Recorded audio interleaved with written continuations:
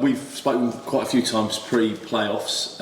It's never gone well. We're going to get this out of the way now because everyone's kind of saying, 5 times MK Dons have been in the playoffs, not made the final. Does that enter your mind at all? Because you're, out of everyone, somebody that's experienced that. Only when you ask me, is it a problem? Not really, no. I mean, everything's changed, everything's different squad, different feeling about the place, different manager. So it's, they are unique in their own little way. So, it's not something I'm too fussed about. Have you learned? Do you take things from those experiences because they were all difficult to take? They hurt. Do you take things from that? Can you pass that on to the rest of the squad? Yeah, in a way. I mean, it's very easy to sit in an armchair and tell everyone what to do. In reality, it's a game's a game, and you go out there and each has their own circumstances. But there are some lessons from the past, and I think where it's possible you can sort of try and pass that on. Just the final question on the 5 that haven't been made, and now this one. Drawing towards the end of your career, I'm not saying when that will be, but you are getting closer. There's no two ways about it. This would be kind of a great way to, towards the end of your career. It was a great end, as it were, to be able to go to Wembley to be part of a playoff campaign and successful.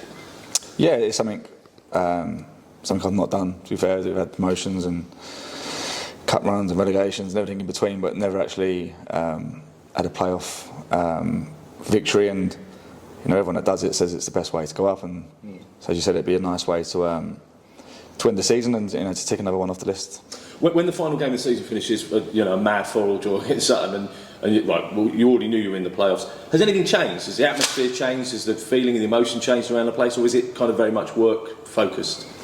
Yeah, still work focused. I think probably helped that we knew we was in the playoffs. I think that week before sort of give us a little bit more time. I think last time against Plymouth, sort of, you always had that this might be the end of the season, and then all of a sudden you are in the playoffs. It's that where we know we're in it now, and so I think the focus has sort of been building towards that. And I think you can see from the team against Harrogate and the changes they made. It's been in the mind now for probably a couple of weeks, which it's probably helped in the planning. And we come in when was we in Tuesday, Wednesday, and it's just sort of match prep as we would do for anyone else really. So it's just sort of all eyes on Monday.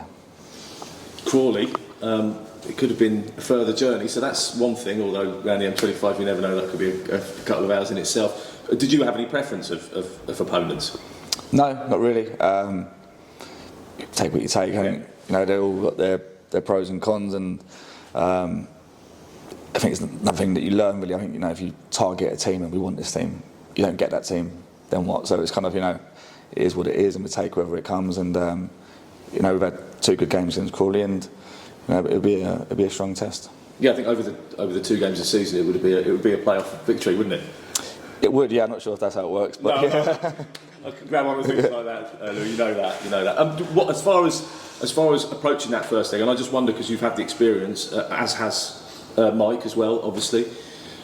How do you tackle the first leg? Because there's several ways of doing it. Go for it in the first leg, or be cagey, just try and keep it tight, bring it back to Stadium MK. What would be your approach? I think we would play our game is to win. It's always been the case every game of the season. You go out to win. We're not there to change our style or to approach it any differently. Or we are what we are, and we train every day to be a certain way and play a certain way. It'd be a bit silly now to decide that we want to be a long ball team or we want to camp in or whatever. We are what we are, and that's what we train for. And if that's good enough, then so be it. And if it's not, then not good enough. Crawley, a team like yourselves who like to play the ball, and it was 2 tough games, wasn't it? Albeit that, as Luke said, you came out on top on aggregate, I guess. But they're a good footballing side. Yeah, really good.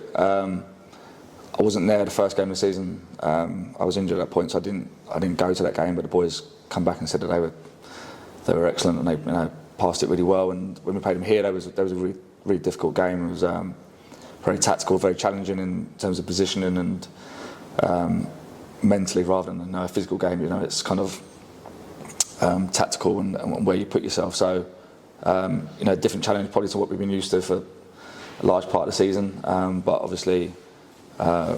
One that we're looking forward to and feel we can do well in. 700 away fans snapping up those tickets very, very quickly. It's great to see, isn't it, that you're getting this support?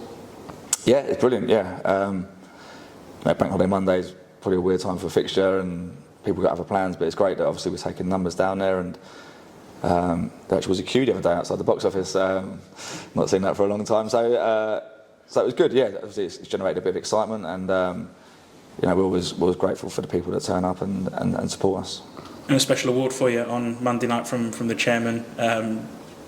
I know what you like with awards, but how was that for you?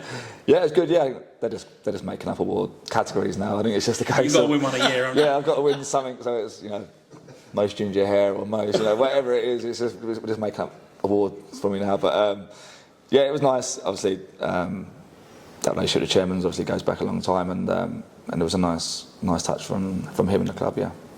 I think we have this conversation pretty much every year. What does your future hold? We obviously know that you sign one-year deals regularly, but what's your future saying?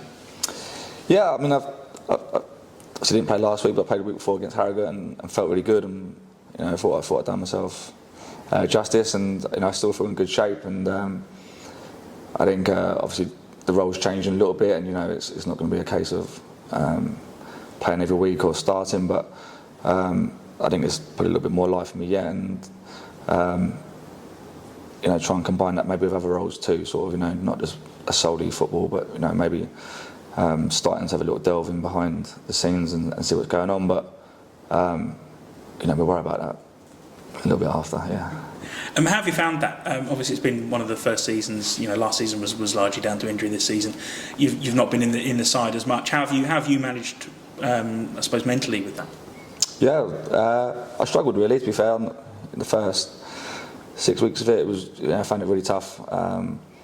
As you said, it's something for 20 years I'd never had to do, and there's different reasons why you're in teams and not in teams, and sometimes it's a manager's preference or it's a manager's whatever. I think obviously now at this stage of my career it's a different kind of reason, and that has its own challenges as well. Obviously, that light burning out a little bit. So it's been difficult. It's not something I've really enjoyed, but you have to try and get your head around it and find a way of approaching it, and being useful for the team and for the squad, and that's what I'm trying to do. But yeah, it's a challenge.